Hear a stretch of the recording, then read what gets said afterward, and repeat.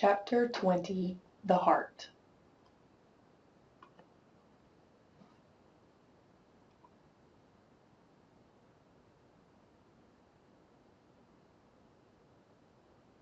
We're going to begin with an introduction to the heart, which is going to entail basically the anatomy of the heart and the main structures of the heart, and then towards the end of the chapter we're going to go into how the heart actually beats.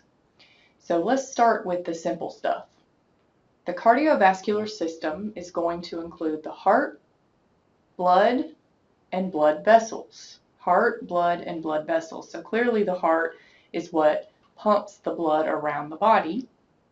And we want that because of dissolved nutrients and gases like oxygen. We want to distribute those out to the rest of the body.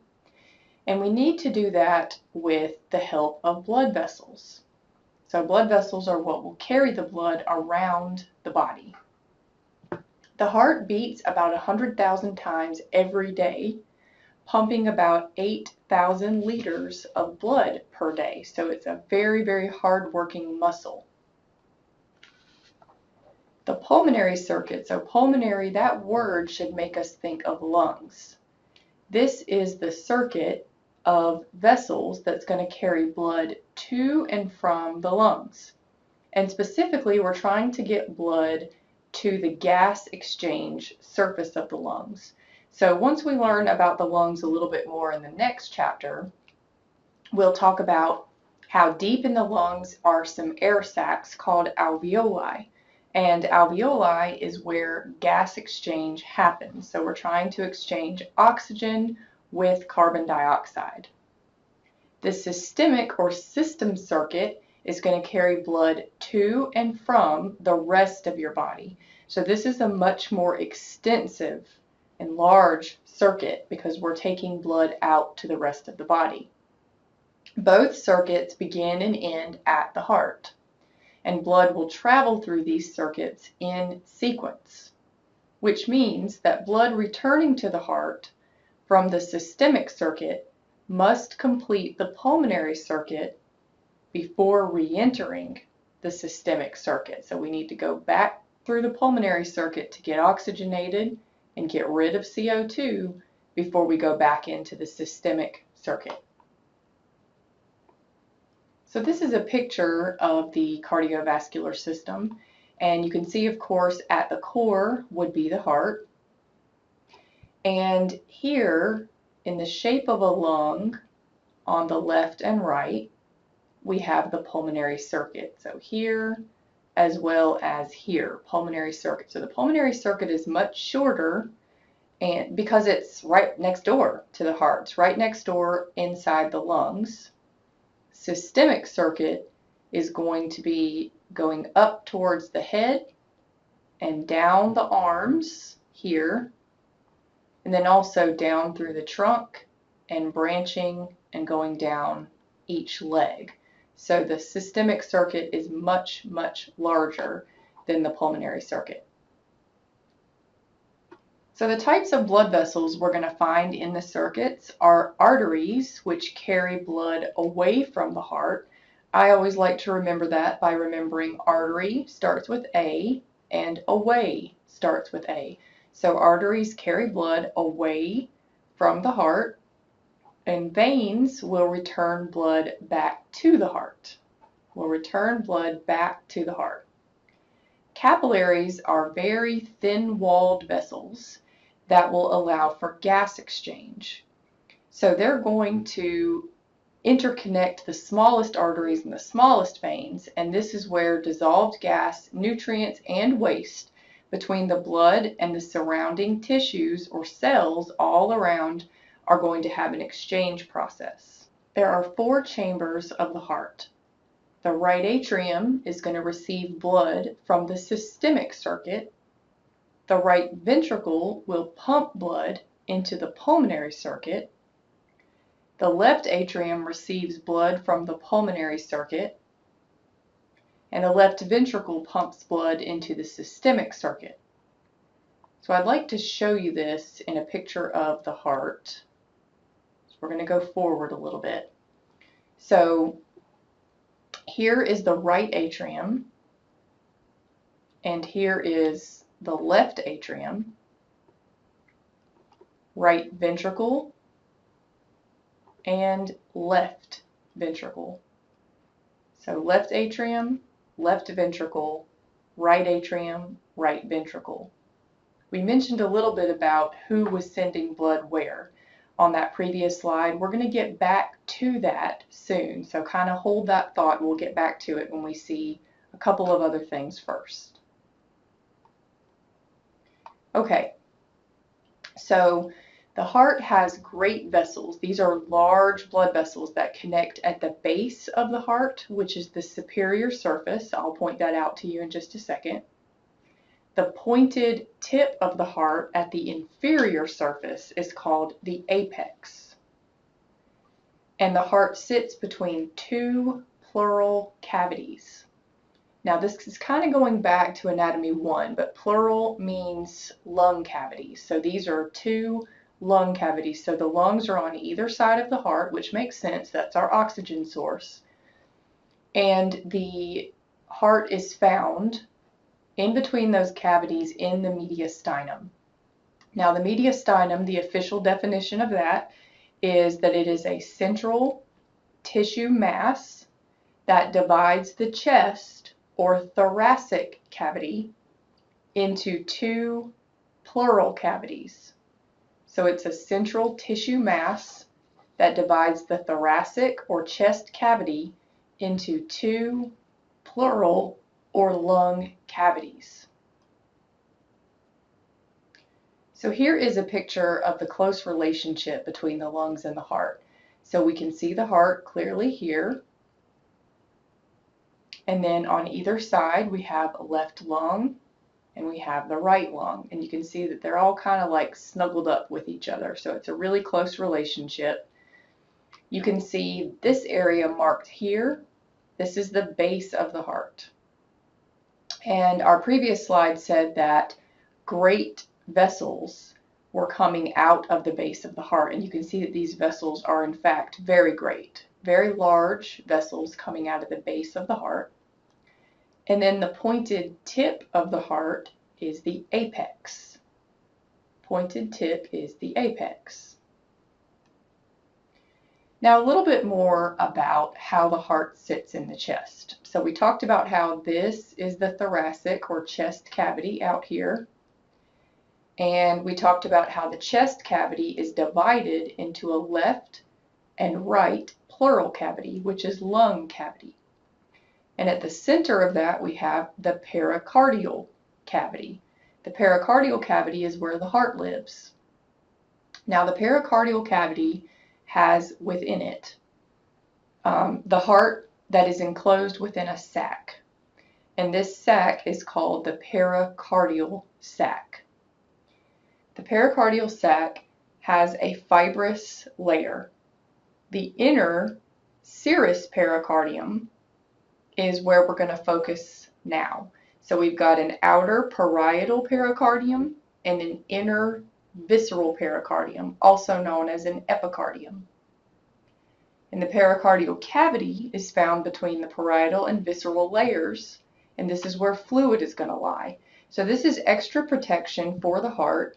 It also keeps the outside nice and slippery so that there is no friction as the heart expands and contracts with each beat.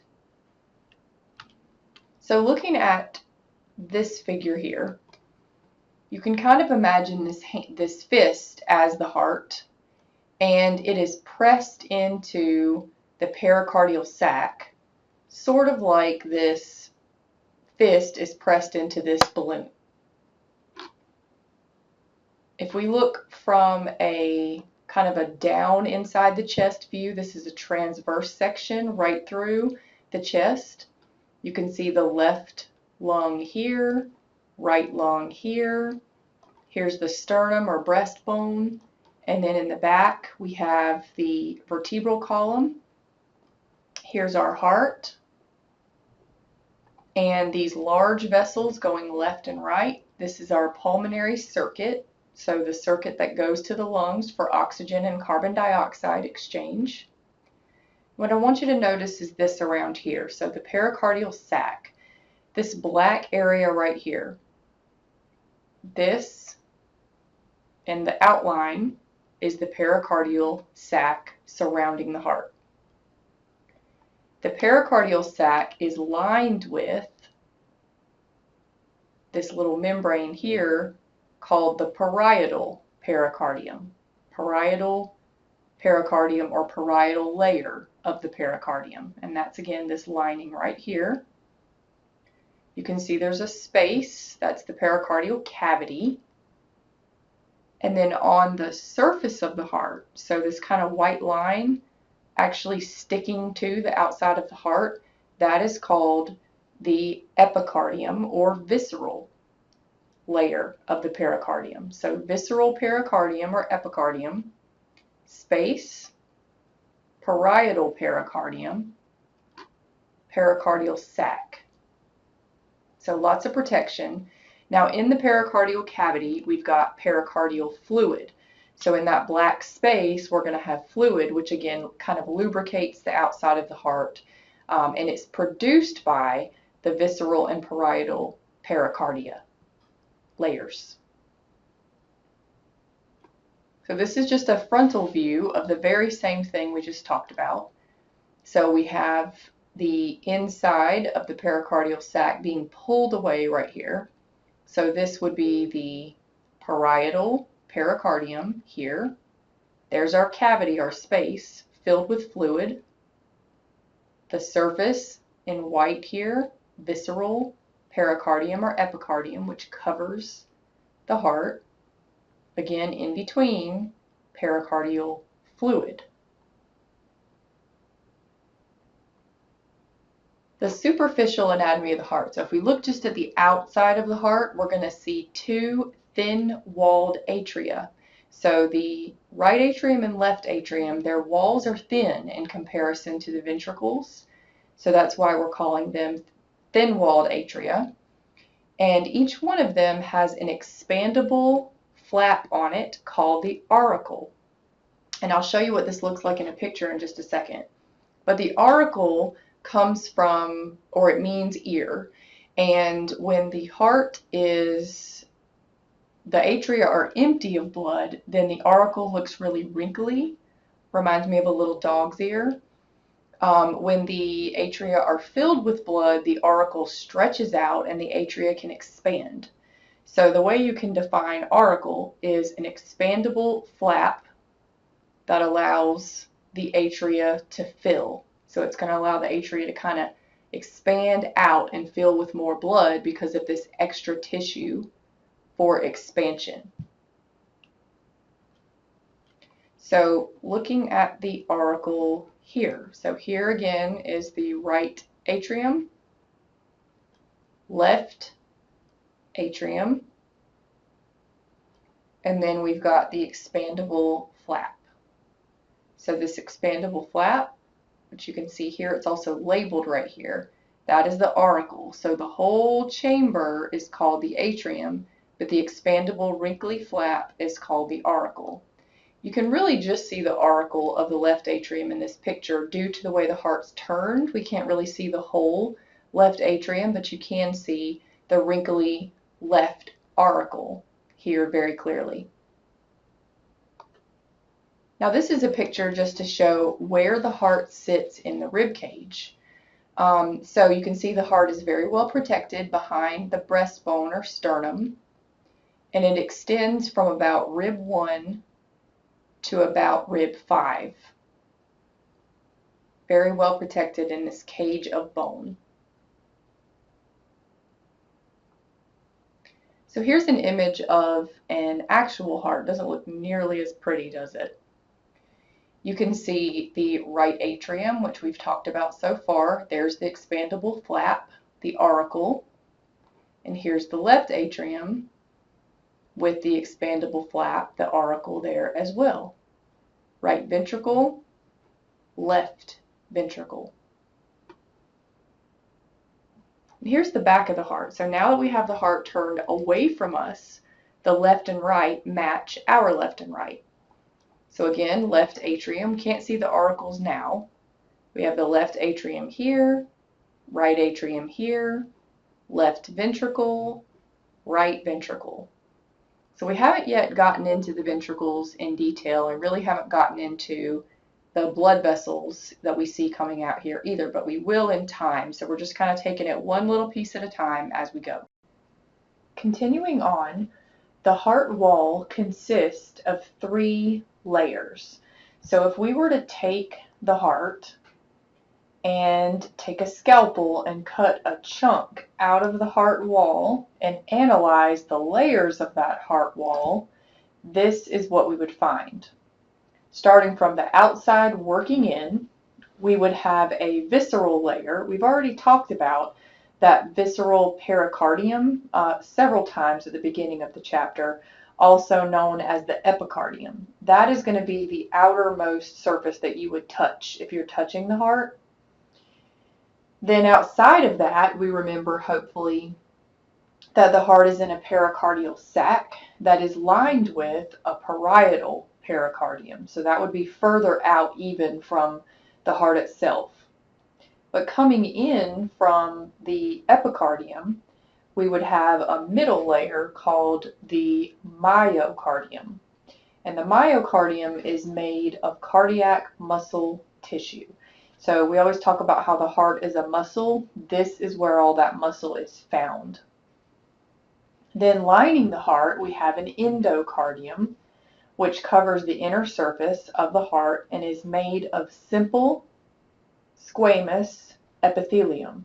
So that means just one layer thick, thin, flaky, irregular cells, simple squamous epithelium, and also areolar tissue, which is the type of connective tissue. So in this picture, we have taken a section right out of the heart wall so that we can see these 3 layers. So starting at the inside of the heart, this is our endocardium, which is the simple squamous epithelium, and you can definitely see that in this image. We then have the thickest layer, the myocardium, which is made up of cardiac muscle cells. And you can see that the cells are kind of branched and connect into one another, and this is important. We'll go back to why that's important soon, but all cardiac muscle tissue. Then we have the outermost layer, which is the visceral pericardium, also known as the epicardium. We then have a space, that's the the pericardial space filled with pericardial fluid, and then this is our pericardial sac right in here. The heart also has connective tissue in it. This connective tissue is going to physically support the cardiac muscle fibers, which is very important because they're going to be doing a lot of moving, contracting, blood vessels, and nerves of the myocardium, which again is that middle muscle layer. The connective tissue will also help to distribute the force of contraction when the heart is beating and add strength and prevent the heart from overexpanding. It also gives the heart some elasticity that will help it bounce back to its original size and shape after it contracts. So in addition to that, we also have what's called the cardiac skeleton, which is made up of 4 very dense bands of tough elastic tissue. This is going to circle the heart valves and the base of the pulmonary trunk and aorta. Remember those very large vessels. It's going to stabilize the position of the heart valves and the ventricular muscle cells. And even another important point, it's going to electrically insulate the ventricular cells from the atrial cells. And we'll see as we start talking about conduction of that electrical impulse, the atria and ventricles will contract at different times. So this separation is very important.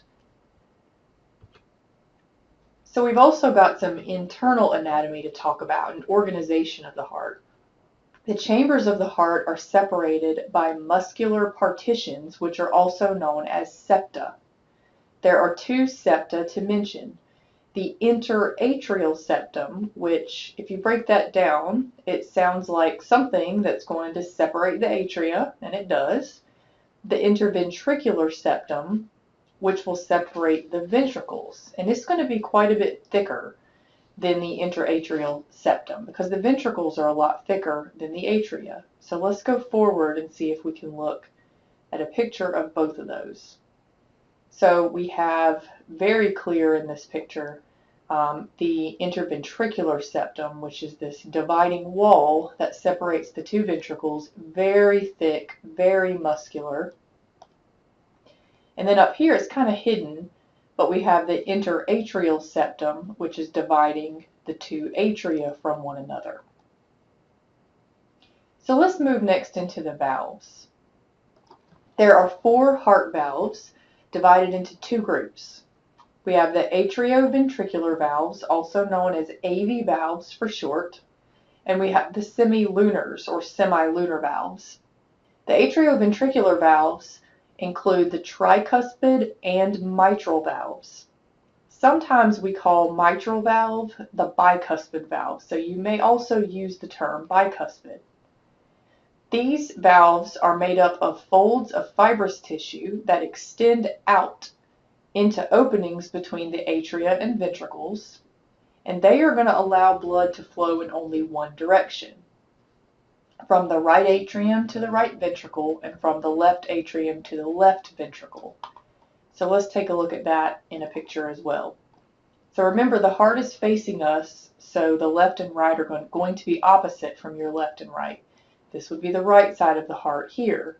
So this is our tricuspid valve on the right side, and you can see it does provide an opening between the right atrium and the right ventricle.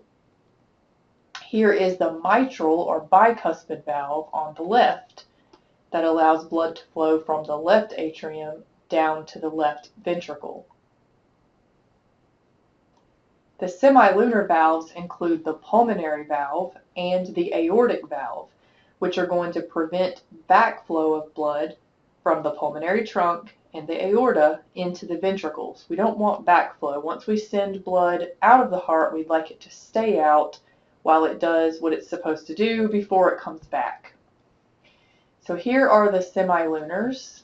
This is the pulmonary valve right at the opening to the pulmonary trunk.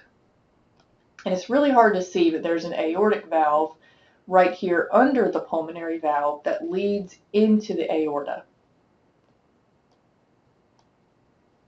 Okay, so next we have some of those large vessels. We have the right atrium receiving blood from the superior vena cava and the inferior vena cava. Superior vena cava is going to carry blood from the head, neck, upper limbs, and chest. And the inferior vena cava is going to carry blood from the trunk, viscera, and lower limbs. These are both carrying deoxygenated blood into the right atrium of the heart. So looking at this picture here, here is our superior vena cava, and here's our inferior vena cava, both bringing deoxygenated blood, represented by the blue arrows, into the right atrium. So this is where we begin when we talk about blood flow through the heart. Blood then flows from the right atrium to the right ventricle through the tricuspid valve that we just looked at. Tricuspid valve has 3 flaps on it, also known as cusps. This is going to prevent backflow of blood. Once we send blood into the right ventricle, we do not want it to go back up to the right atrium. We just left there. This valve has some edges that are attached to chordae tendineae from papillary muscles of the ventricle. This is going to prevent the valve from opening backward. So again, the chordae tendineae from the papillary muscles of the ventricle. So let's take a look at the tricuspid valve in relation to the right atrium and also the right ventricle, the chordae tendineae, and the papillary muscles. Okay, so here again is our right atrium superior vena cava, inferior vena cava. Once the blood fills the right atrium, it will pass through the tricuspid valve, which is here, into the right ventricle. You can see that on the tricuspid valve there are these little strings that come down, little tendinous cords. Those are our chordae tendineae, and you can see that these little muscles here that are protruding up, there's one, you can see two over here, those are called papillary muscles. The word papillary meaning nipple-shaped. That is hard to forget. So papillary muscle attached to the strings, and this is going to assist in the valve opening and closing, which we'll talk about a little bit more in a few minutes. Okay, so moving forward, the right ventricle has in its wall trabeculae carnii. The trabeculae carnii are muscular ridges on the internal surface of both ventricles. So you're not going to see this muscular pattern on the inside of the atria, only on the ventricles. There's also a moderator band, which is a ridge-like muscular area that delivers the stimulus for contraction to the papillary muscles. So let's take a look at those. So notice inside the ventricles, here's the right ventricle. You see this spongy shaped muscle pattern in the background? That is the trabeculae carnii, all that in the background. This one here, this ridge of muscle that goes from the septum to here, that's the moderator band. And that's going to help to spread the electrical impulse from the interventricular septum, which we'll talk about in a little bit, into the papillary muscles. Okay, so let's take a look at the chordae tendineae a little closer in a picture here. So this is from an actual heart, which helps you to see the features of it a little bit better. So here's the chordae tendineae all coming down, and then they attach to the papillary muscles. You can see one little nipple shape there, and then another over here. Okay, here's another heart, and we can see there's the interventricular septum, very thick and muscular. You can also see the spongy pattern in the wall that we just talked about. And then here's one of the valves, tricuspid valve, and there's a cut papillary muscle. There's another papillary muscle. The conus arteriosus is at the top end of the right ventricle and ends at the pulmonary valve.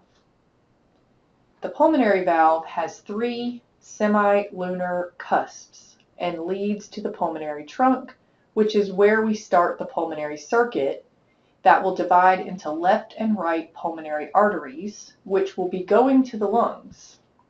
So let's take a look at that as well. So here we are, deoxygenated blood has moved through the tricuspid valve into the right ventricle. It's going to be squeezed and pushed up through this little hallway, which is the conus arteriosus. From the conus arteriosus, we will go through the pulmonary valve. So here's the pulmonary valve that has the three little bumps on it. Once we go through the pulmonary valve, we are in the pulmonary trunk, which is this large vessel here. We are still deoxygenated, and this deoxygenated blood will go to the right and the left pulmonary arteries. You can see we're still deoxygenated. We're heading to the lungs. So this is our pulmonary circuit. We're leaving the heart, going to the lungs. So we're going to go into the lungs, get oxygenated, and then we're going to come back in through the left and the right, which we can't see in this view, pulmonary veins. And that's going to bring us back to the left side of the heart, which is where we're going to go next. So the left atrium will receive blood from the left and right pulmonary veins. The blood will pass to the left ventricle through the mitral or bicuspid valve, which has two cusps, hence the bi part of the word bicuspid. Okay, so again, let's go back to our picture. We're going to come back from the lungs through the left and right, which we can't see, pulmonary veins, which feeds oxygenated blood. You can see the arrows are now red, oxygenated blood into the left atrium. We're going to go through the mitral or bicuspid valve, which is here, into the left ventricle. Okay?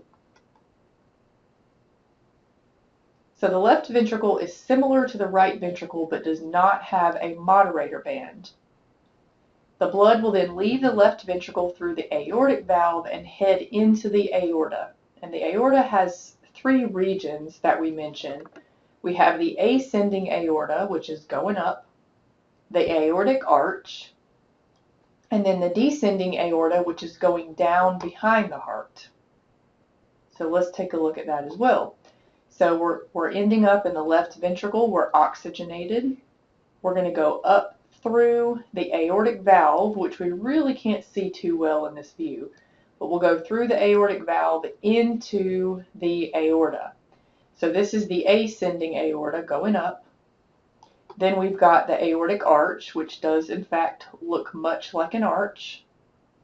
And then we're going to head down behind the heart through the descending aorta, and you can see the descending aorta coming out right here. So at this point, oxygenated blood is leaving the heart and heading out to the body. Okay, so we're looking now at the left ventricle. So the left ventricle, compared to the right, holds and pumps the same amount of blood. Now this is the right ventricle. Compared to the left ventricle, the right ventricle will hold and pump the same amount of blood, but it has thinner walls, develops less pressure, and is more pouch-shaped than round. Now this actually makes sense because the right ventricle is pumping blood out of the heart through the pulmonary trunk and pulmonary arteries to the lungs. Well, the lungs are right next door. That's not very far away, so we don't have to have as much force or pressure to push the blood out because we're just going right next door. But when you compare that to the left ventricle must pump blood out of the heart through the aorta, and this is going all over the body to oxygenate the body. So this side of the heart, the left side, must be much stronger. So in this picture, this is a sectional view through the heart, and this would be our left ventricle, and this is our right ventricle. And you can see the right ventricle is a bit more pouch-shaped. The muscle wall is a little thinner. On the left ventricle side, you can see it's very thick muscle. It's more round. It looks very strong. So this is the heart. In the same section, we're looking at the left ventricle versus the right. This is when the heart is relaxed, just before contraction. And then this is when the heart is finishing the contraction. You can see how strong and tough that left ventricle looks when it's contracting. The heart valves will prevent backflow of blood. The atrioventricular or AV valves, remember these are the tricuspid and the bicuspid or mitral valves. These are between the atria and ventricles. And when the ventricles contract, the blood pressure will help to close the valve. The papillary muscles will contract and tense the chordae tendineae, and this will prevent regurgitation or backflow of blood into the atria. So when we close this valve, we want to prevent backflow. When the ventricles are relaxed, the chordae tendineae are loose, and the AV valves are open. So again, when the ventricles are relaxed, the chordae tendineae are loose, and the AV valves are open. When the ventricles contract, blood moving back toward the atria will swing the cusps of the valve closed. Again, When ventricles contract, blood moving back toward the atria swings the cusp of the valve closed. So this is going to prevent blood from back flowing into the atria where we just left. The semilunar valves, again, are the pulmonary and aortic valves. These prevent backflow of blood into the ventricles, as we saw in our previous picture. Now, it's important to note that all four valves should not be open at the same time. They take turns. So looking down at the heart, we can see the four valves. And in this picture, we see the tricuspid and mitral valve open. So blood is now flowing from the atria into the ventricles. So we're trying to fill the ventricles, which means the aortic and pulmonary valves should be closed. We're not ready to send blood out yet. We need to fill the ventricles first. Likewise, when the semilunar valves are open, the AV valves should be closed. But let's look at that from a front view. So from the front view, we can see that we are allowing oxygenated blood to go from the left atrium into the left ventricle. We're allowing this flow to happen. So we want the mitral valve to be open so that the blood can flow. You can see the aortic valve is closed. We've already pumped blood out into the aorta. We don't want it backflowing back into the left ventricle because we're trying to fill the ventricle right now. We don't need blood we already pumped to come back. So we're going to close that off to prevent backflow while we fill the left ventricle. Here's the opposite scenario. The semilunar valves are open, so the AV valves are closed. So in this view, we are trying to send blood through the aortic valve out into the body. And here we're trying to send blood into the pulmonary trunk so that it can go to the lungs. From the front view, we're attempting to squeeze the left ventricle and send oxygenated blood out to the body. We don't want this bicuspid or mitral valve open, bringing in more blood while we're trying to empty the left ventricle. We want to fully empty it before we allow this to open and let more blood come in. So we've closed that off. We're squeezing the left ventricle to push oxygenated blood out into the aorta, out into the body. So semilunar valve open, AV valve closed.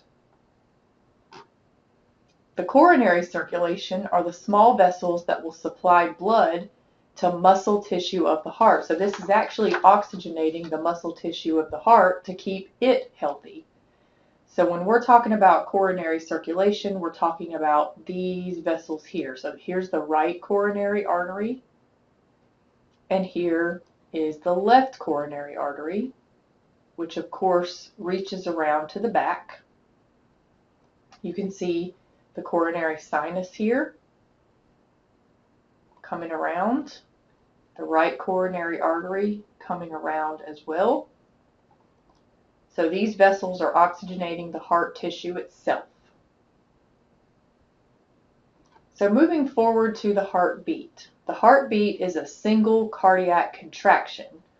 All heart chambers contract in series. First the atria, then the ventricles. There are two types of cardiac muscle cells that we will talk about. We have the autorhythmic cells, which will control and coordinate the heartbeat. And then we have the contractile cells that will perform the actual contractions to move blood. The conducting system is made up of specialized cardiac muscle cells that will begin and distribute electrical impulses to start the contraction. So that's very important, these electrical impulses. Autorhythmicity is the cardiac muscle tissue, is when cardiac muscle tissue contracts without neural or hormonal stimulation, so automatic. Each heartbeat begins with an action potential generated by cells of the conducting system. Other cells of this system then propagate and distribute this electrical impulse to stimulate contractile cells to push blood in the right direction at the proper time. So let's look at the components of the conducting system. Pacemaker cells are found in the sinoatrial or SA node, which is in the wall of the right atrium. The atrioventricular node, or AV node, which is found where the atria and ventricles come together. We then have conducting cells found in the internodal pathways of the atria, the atrioventricular bundle branches, and Purkinje fibers of the ventricles. So I'm going to show you where all these things are in just a second so we can kind of get a visual. Pacemaker potential. So there will be a gradual depolarization of pacemaker cells. They do not have a stable resting membrane potential. But the SA node will depolarize first, establishing a sinus rhythm. Parasympathetic stimulation can slow the heart rate down. Now, taking a look at the conducting system, we can get a visual. So here's our SA node where everything begins. These are the internodal pathways that go through the atria, and they come to the atrioventricular node. We then move through the AV bundle, which splits into bundle branches, and then up through the ventricular wall in Purkinje fibers. So this is the conducting system, and it is responsible for conducting an electrical impulse through the heart, which is going to allow us to have contractions. So first, we're going to have SA node activity and atrial activation. The stimulus will then spread across the atria and reach the AV node. The impulse will be delayed very slightly, 100 milliseconds at the AV node, to give the atria a chance to begin their contraction first. So let's take a look at that in pictures. So to begin, we have the SA node activating. Atrial activation begins, represented in purple. That will then spread through the internodal pathways in the atria. So you can see the purple beginning to spread. It's going to come all the way down to reach the AV node. So there's going to be a 100 millisecond delay at the AV node. We're going to kind of slow things down right here so that the atria can begin their contraction first. This makes sense because we want the atria to push blood into the ventricles. So we need them to go first. The impulse will then travel in the AV bundle to the left and right bundle branches in the septum. They will then spread to the Purkinje fibers and into the papillary muscles from that moderator band that I pointed out to you earlier. The Purkinje fibers will distribute the impulse to the ventricular myocardium. Atrial contraction is completed and ventricular contraction will begin. So let's look at that in some pictures as well. So we had our delay at the AV node, which allowed us to push blood into the ventricles. So once we left the AV node, we moved into the AV bundle, then we branched into bundle branches, spread up through the Purkinje fibers. We're about to go there next. You can see we've also spread the impulse into the moderator band, which will connect to the papillary muscles. The impulse will then be distributed by the Purkinje fibers and relayed through the ventricular wall of the myocardium. Atrial contraction is done. Now the ventricles will begin to contract, and this will allow them to push blood out of the heart. Disturbances in heart rhythm. Bradycardia is when the heartbeat is abnormally slow. Tachycardia is when the heartbeat is abnormally fast. An ECG or EKG, electrocardiogram, is a recording of the electrical events in the heart. And we get this by placing electrodes at specific locations on the body surface. Abnormal patterns can be used to diagnose types of damage. So now that we talked about the conducting system, we can move into the cardiac contractile cells, which are the ones that perform the actual contraction. The cardiac contractile cells are going to form the bulk of the atrial and ventricular walls.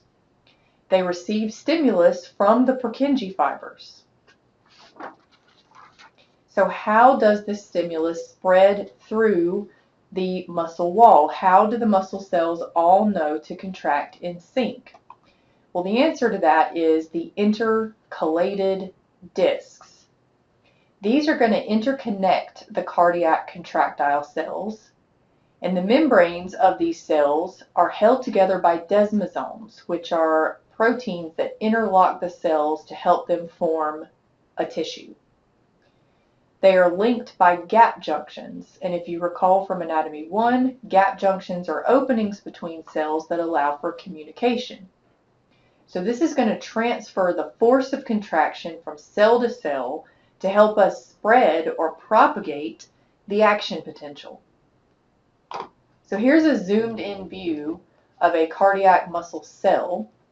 You can see the branched pattern. There's the nucleus.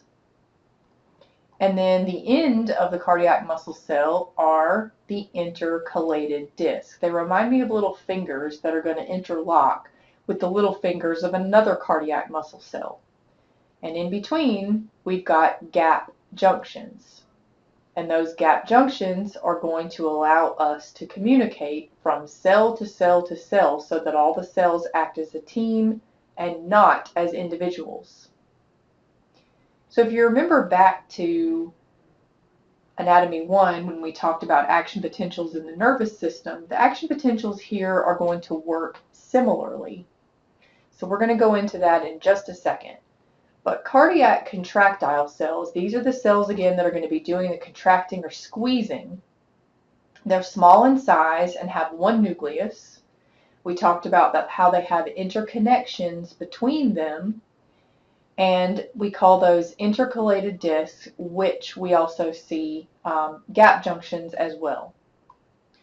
So next is our action potential.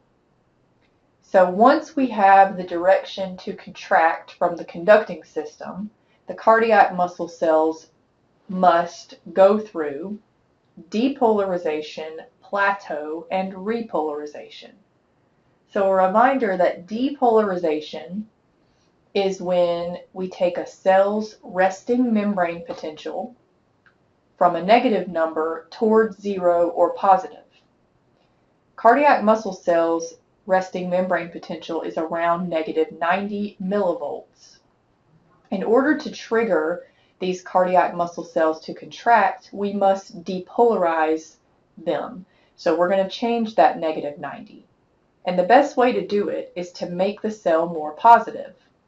If you remember, cells are surrounded by sodium in their extracellular fluid, and we'll often see a lot of potassium inside cells as well. And we talked about this back in Chapter 12 of Anatomy 1 if you need to review it. But once we start to depolarize, there will be a massive influx of sodium. So sodium is going to rush into these cardiac muscle cells. And all that positivity rushing in is going to make that number, that negative 90, go from negative 90 up towards 0, and we're actually going to top out around positive 30. Once we get to positive 30, sodium channels will close. So let's look at this in this chart here. So negative 90 represents the resting membrane potential when we begin an action potential in a cardiac muscle cell. So we're talking about in just one cell. Of course, this would be going on in multiple cells. But as we begin depolarization, sodium will rush in. That positive sodium rushing into the cell causes the cell to become more positive. So our line is going up. This is called depolarization. Sodium enters. Once we get to around positive 30, sodium channels close and our line begins to drop. But we don't want to drop all the way back down. We need a little more time. So we're going to go into the plateau phase. The plateau phase is unique to cardiac muscle. This is when calcium, also positive, will enter into the cell through slow calcium channels. So calcium is going to begin to enter the cell, and that positivity is going to keep us here in this plateau zone around nearish zero. Now we're eventually going to want to return back down to resting membrane potential because we would like to have another heartbeat. So we're going to repolarize last. Repolarization is when we go from a positive membrane potential towards negative, and we do that by allowing potassium to leave. Potassium leaves the cell, and all this positivity leaving causes our line to drop. So we're going to go back down towards negative 90 again. That's repolarization, when potassium rushes out of the cell through slow potassium channels. Okay, so we're going down where we'll be able to get ready to have another heartbeat.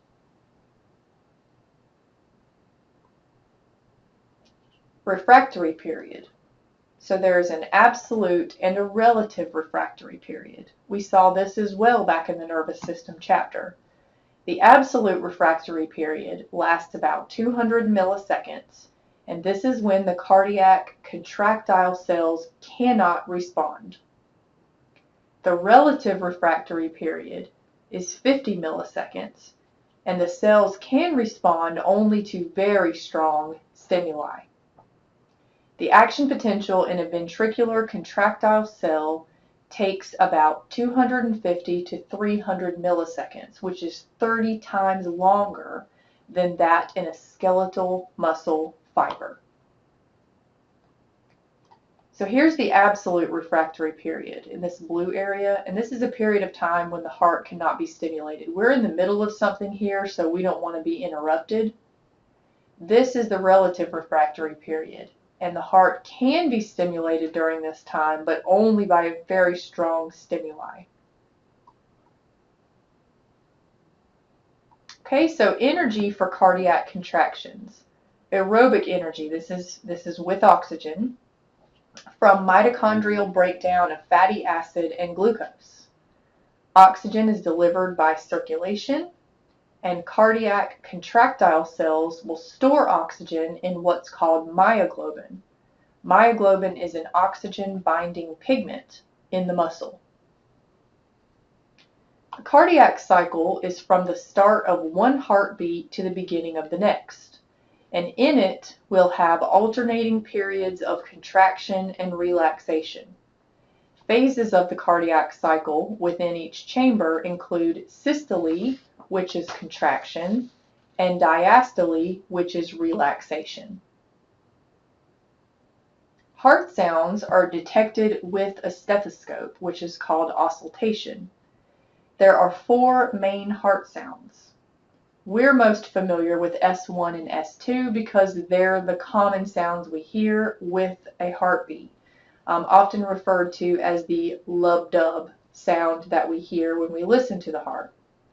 S1 is loud as the AV valves close. That's the first sound as the AV valve closes, the lub sound.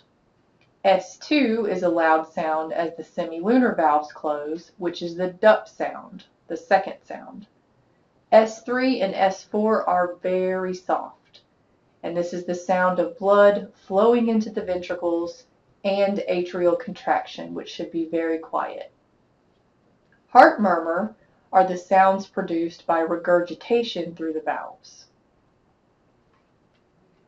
A measurement we can take is cardiac output, or CO. This is the volume pumped by the left ventricle in 1 minute. So how much blood is pumped out of the heart from the left ventricle in 1 minute. And we can get this number by taking the heart rate and multiplying it by the stroke volume.